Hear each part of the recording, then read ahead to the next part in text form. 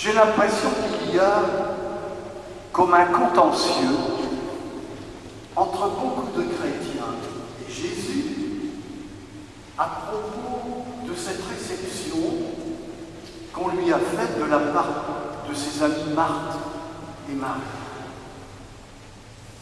Et sur quoi porte le contentieux? Sur cette réflexion tout à fait désagréable de Jésus à l'encontre de Marthe. Celle-ci l'invitait à inciter sa sœur à participer aux préparatifs du repas. Et lui, il n'a pas trouvé d'autre réplique sèche que ces deux reproches. Marthe, tu t'agites. Marie a choisi la meilleure part. Depuis très longtemps, je constate que, quoi qu'on dise, chez beaucoup de chrétiens, il y a une absolue incompréhension de cette réflexion désagréable de Jésus à l'encontre de Marthe. Comme si, au fond, Jésus dépréciait le travail de Marthe. Et derrière Marthe se sentent visées beaucoup de femmes, de mères de famille, qui passent leur temps, leur quotidien, pas seulement de temps en temps, mais tous les jours, pas seulement à préparer les repas, mais à tenir une maison, à la faire fonctionner. Et ça demande du temps, de la fatigue, et c'est prenant et absorbant. Et puis, je pense que se sentent visés, plus ou moins aussi, beaucoup de gens qui, dans la vie, font des tâches obscures, qui ne sont reconnues par personne, et qui ne sont pas visibles.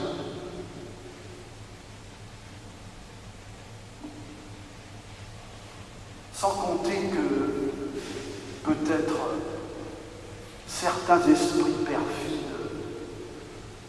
vont dire que Jésus a un peu la même mentalité qu'Abraham, dont vous avez entendu qu'on a vanté son accueil des 3 étrangers qui sont passés devant sa tente.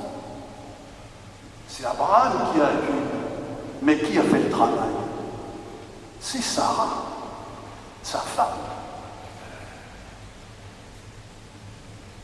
Alors comment se sortir de cela, de cette réflexion, je trouve, avec beaucoup de chrétiens, incompréhensible aussi?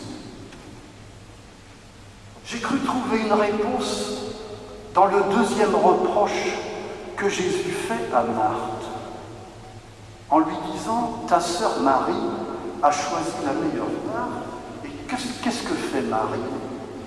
Elle est en conversation avec Jésus et elle l'écoute, nous dit l'Évangile. Alors il me semble que cette répartie difficilement audible de Jésus s'explique et cache de la part de Jésus, à mon avis, une blessure et une souffrance. Quand vous lisez l'Évangile, vous apercevez que Jésus a rencontré beaucoup de gens dans son ministère apostolique. Beaucoup qu'il a aidés de 1000 façons, qu'il a remis debout. Mais on s'aperçoit aussi que la plupart de ces rencontres sont des rencontres épisodiques, qui sont sans lendemain, sans échange vrai, sans réciprocité. Or, lorsque Jésus a reçu mission de son Père, qu'est-ce que lui a dit son Père? Pas seulement de venir sauver les hommes, sauver, je veux dire, les relever, les sortir de leur écrasement. Et c'est déjà beaucoup.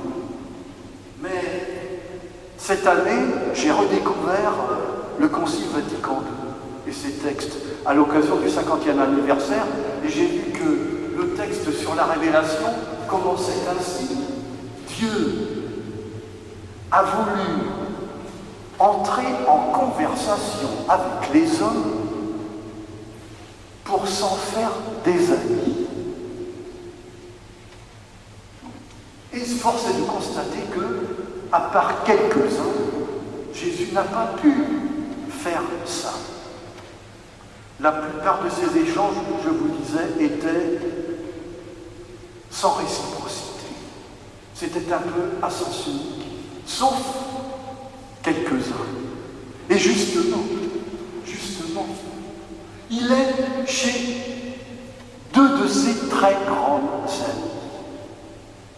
Et je crois percevoir que sa souffrance, sa blessure, c'est que même chez ses amis, qui pourraient prendre le temps de s'inquiéter de lui, de la part de Marthe, pas une question sur que fais-tu Jésus? Qu'est-ce qui t'arrive en ce moment? Et ta mission, comment ça va? Non, aucune question. Et sans doute que Jésus a souffert de ce manque de réciprocité de la part de beaucoup, et surtout chez ses amis. Vous avez tous, comme moi, fait cette expérience frustrante. Parfois, au cours d'une conversation avec un interlocuteur, vous mettez toute votre attention à lui, vous lui posez des questions, et puis en retour, vous attendez un peu la même chose, et puis rien. Comme si vous ne comptiez pour rien. Il me semble que dans cette page d'évangile, c'est ça que Jésus nous appelle à faire. Il voudrait instaurer avec nous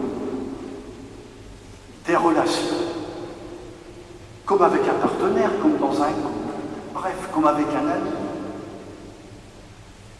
Pas seulement dire Seigneur, Seigneur, mais toi, qu'est-ce que tu deviens? Qu'est-ce que tu penses de ce qui m'arrive?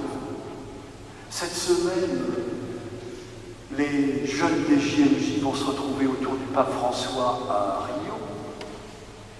Et c'est vrai que chez un certain nombre de jeunes qui ont participé à ces fameuses journées, lorsqu'ils sont revenus, ils étaient surtout enthousiastes des échanges qu'ils avaient eus avec des gens qu'ils ne connaissaient pas, mais des vrais échanges. Je te questionne et toi tu me questionnes. Je m'intéresse à toi, toi tu t'intéresses à moi.